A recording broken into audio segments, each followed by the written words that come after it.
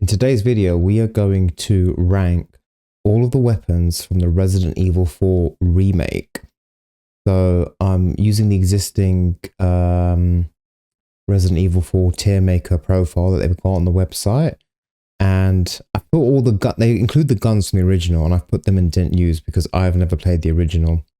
I hope to one day. So I'm just going to rank the 21 guns we have from the remake. So in terms of the tiers, I think S will obviously be the best.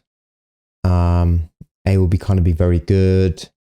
B will be average, and C will be, a gun I've got an issue with, which I'll try and explain. So let's get into this. So I'm going to start with handguns, and might as well start off with the first one you get. So the SG09R, it's the gun you start off with.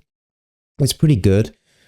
Good damage, good ammo capacity, and you can trade in spinals to get the laser sight for it, which makes it very good. The exclusive upgrade is a 1 in 5 chance to get a critical hit. Critical hit is when you let the crosshairs get really tight and you get a headshot and you get an instant kill. So I think this is a pretty good gun, and I've had playthroughs where I've stuck with it. I've got a favorite handgun, which I'm going to go with in a minute, but I think we're going to put this in A.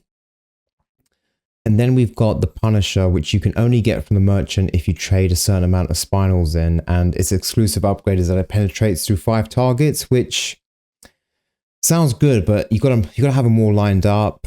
I think it's good to shoot through shields, but it's a very distinct thing the gun has, that it penetrates through targets and shields and stuff. In general, it's not the best handgun, so I'm actually going to put this in C, to be honest. We've then got the Matilda, which is decent, and if you get the stock, which again you have to trade spinals for, you have to trade spinals to get the Matilda, but if you get the stock, the gun becomes a 3-round burst, which, to be fair, for your pistol only run, this is quite handy. It just goes through ammo because you always shoot 3 bullets each time, but you can just destroy enemies. It almost becomes like a little submachine gun. So for that reason and that reason only, because it is handy for the handgun only run, I think I'm going to put this in B.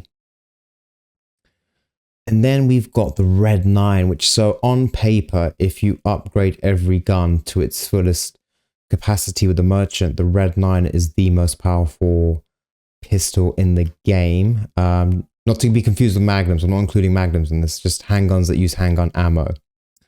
But I don't like the Red 9. The crosshairs are very wide. Reload can take a bit of time.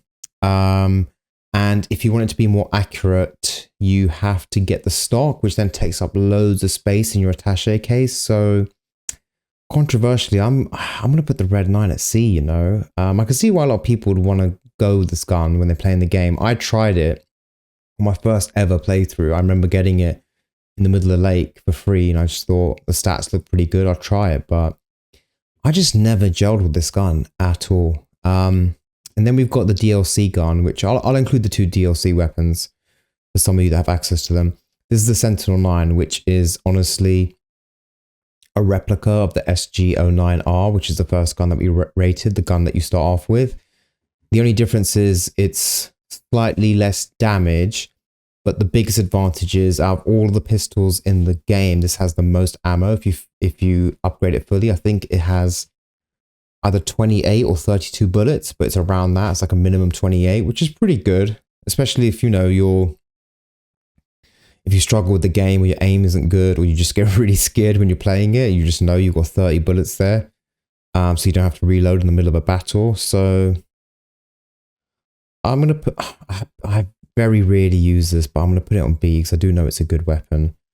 And then we have got, out of the pistols, I think the last one, which is my favorite, it's the Blacktail. The Blacktail is awesome. You get it in chapter 7 when you enter the castle for the first time. You can buy it from the merchant. The Blacktail has a rapid rate of fire. When you upgrade it fully and use the exclusive ticket, it gets 1.5 times more damage. It becomes the second most powerful gun in the game behind the Red 9. Um, reload speed is really quick. Its only flaw, and it's a small flaw, is that when you fill up the ammo capacity, you only get 13 bullets in the clip. So you do have to reload very often, but it reloads quickly and you do get through enemies very good with this. This is an amazing gun. And also, it only takes up 4 squares in your attaché case. This is an S rank weapon for sure, 100%. I'd always recommend people to buy this gun. Also, you can't use a laser sight with it actually. So if your aiming isn't great, or if you really lean heavily on using a laser sight, then stick to the SG09R. But yeah, the blacktail is awesome. And especially when you need space in your attaché case, it's important to have a gun that doesn't take up too much space. And then we're going to go on to the submachine guns because I don't really use these. So this will be quick. There's only 2 of them. We've got the TMP, which you get in chapter 3. And we've got the LE5, which you find in the freezer area around chapter 11, I think.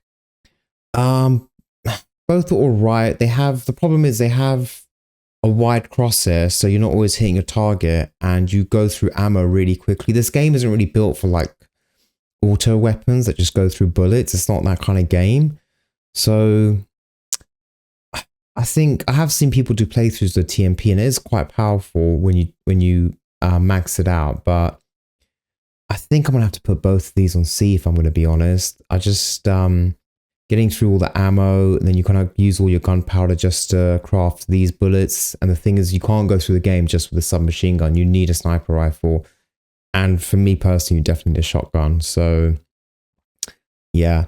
I also noticed with the rocket launcher here, I'm just going to put this straight in S rank because obviously it one-shot kills bosses, most bosses, even on professional difficulty. Obviously, if there's a boss that has 2 phases to their fight, if you use a rocket launcher in the first phase, it then just takes them to the second phase. So you got to be smart about that sometimes. You got to make sure you fight an enemy, fight a boss, take them to their second phase, and then use the rocket launcher. For example, Mendez, the village chief in his fight.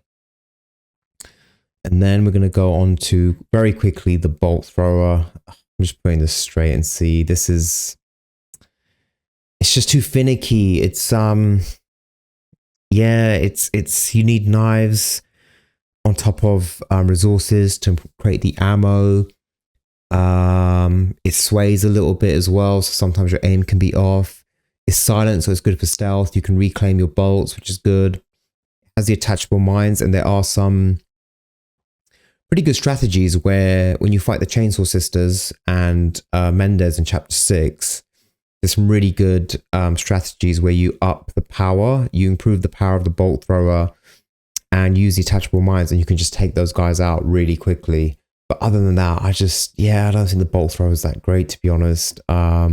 I don't think it's that great. I'd rather use other strategies to fight the bosses. And then on to, I think we'll do the Magnums next because I barely use these. So we've got, I think this is the hand cannon, which you unlock either through completing the game on professional without using bonus weapons, or getting S rank in the 3 mercenary stages, which they added in as a patch, which helps make the platinum a little bit easier. Hand cannon's powerful. If you use the exclusive upgrade, you get unlimited ammo, so it helps people on their professional run to get the platinum.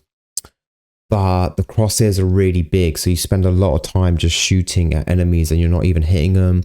If you want to do merchant requests and hit the little blue medallions, it's near to impossible. So because it is powerful and you can do unlimited ammo, I'm going to put it in B, just because of the unlimited ammo. Then you get the broken butterfly. I've used this a few times and it's all right because it's a Magnum. I'm going to put it in B just because it's a Magnum and it's got powerful ammo. Then you get the Killer 7. One thing to say, sorry, about the broken butterfly is it is the most powerful Magnum in the game if you fully upgrade it, but the Killer 7 has a laser attached to it and is the second most powerful Magnum. So if you're one of those that you want to save up your Magnum ammo and use these on the bosses, this is the one, because you only have like at a time 5 or 6, 7 Magnum bullets and you want to make sure you hit your shots precisely. You don't want to miss any. And so the laser sight on the Killer 7 I'll put that in A rank, S rank, sorry. And then we have got the Chicago Sweeper, which I guess uses submachine ammo, so I should have done it with the submachine guns, but that's another bonus weapon you unlock for completing the game on hardcore, I believe. Hardcore S rank or A rank, can't remember. A good advantage of this is it has unlimited ammo and you never need to reload it. So you can go through the whole game just holding down R2 and just blitzing enemies. It's not the most powerful, but because it's unlimited ammo and you don't need to reload, it does help with the professional S plus ranks runs that people sometimes choose to do for their platinum. So for that, I'm going to give it the B rank, only because it helps us with the platinum. And then on to possibly my favorite guns in the game, the shotguns. I do like shotguns in video games. So we got 4 choices here. We'll start with the DLC one because a lot of you will have access to this. It's a good gun. It has a cool reload animation, but it has one big problem. When you fully upgrade ammo capacity, it only goes to about 4 bullets or 4 shells. It starts off with 2, and that for me is a big problem. So I'm going to go with C because you're going to have to keep reloading it and it's just hassle. You want to be able to rely on your shotgun. Then we've got 3 more. We've got the one that you get immediately in the shotgun house in the village square when you're having that onslaught of loads of villagers and the chainsaw dude. The W870. I think this on paper, when you upgrade all of them fully, this is technically the most powerful shotgun. The rate of fire is okay. It's pretty good. You could run through the whole game with it, but it has quite a wide spread. So I'm going to put this in A. Then you have the striker, and the striker's biggest advantage is it has a massive ammo capacity. I think you can have like 28 shotgun shells. Like you can go for ages without reloading. But it has, again, a very wide spread. I've never enjoyed using it that much. For me, I prefer the W870 or the next one, which is going to be my favorite gun in the game. So I'm going to put striker in B. There's nothing wrong with it, but there's better options. Then we have comfortably my favorite gun in the game, the riot gun. You get this in chapter 6, I believe, and it's a excellent shotgun. It has a very tight spread, so you can shoot people a little bit further away. When you upgrade it fully, it becomes the second most powerful shotgun in the game. It's very powerful. It has a good ammo capacity, excellent rate of fire, which comes in handy, and it's just fun to use. I love it. I love it. I've tried many playthroughs where I try to use different weapons, and I always come back to this. This is definitely comfortably an S tier weapon. Then we have the 3 sniper rifles or assault rifles, I don't know what you want to call them. Rifles, we'll just stick with the rifles. And we have the first one, which is the CQBR assault rifle. This is automatic and you don't get a lot of rifle ammo in the game. So again, it's the same problem with the submachine guns. It's just not feasible. You can kind of go through and just press R2, once, and you only shoot once or twice. I think you always shoot twice. So you can be disciplined, but then what's the point? You might as well use the other 2. Yeah, I have tried it, and I think if you have an unlimited ammo, then it's different. It's a totally different experience, and it must be really fun to go through the game using this with unlimited ammo. But for me, I'm actually going to put it in C rank compared to the other 2. So now you have the SRM 1903, I believe, which is the first rifle you can buy in chapter 2. It's probably, in fact, it is probably everyone's first gun they purchase when you meet the merchant for the first time. And then you have the Stingray. So the SR is the most powerful rifle in the game. It's bolt action. So every time you shoot, it goes out of the sniper's. When you aim, it goes into the sniper lens or scope. And every time you reload, it takes you out of that. And Leon does the whole bolt action animation, which you can speed up. But it's comfortably the most powerful rifle in the game. I've grown to love it, actually. When I first did the platinum, I would use this in the first few chapters, and as soon as I got the Stingray in chapter 7, when you get to the castle, I would switch to that. But I've come to realize this is the one to stick with. And the one thing I will say is, if you're not good with your aim, I would choose the Stingray to start with, because the Stingray can get a good rate of fire. The exclusive upgrade is increase the rate of fire by double, I believe. And if you shoot someone, it stays in the scope and you can just try again and keep shooting. Whereas with the SR, obviously it has the bolt action animation, as I mentioned. But yeah, if you headshot, when you get deeper into the game with harder enemies and you have this fully upgraded, headshots are just almost one-shot kills. So this is definitely S, and the Stingray is A tier for sure, for sure. So in the end, for the top 2 tiers, I've ended up with only 8 guns. And C tier, let me look at this. Yeah, I'm pretty happy with that. These are weapons I don't use and I have issues with for various different reasons. So yeah, I'm not going to move any of those. And yeah, I'm pretty happy with that. So both top 2 tiers include a good pistol, a great shotgun, and a great rifle. S tier's got the Magnum.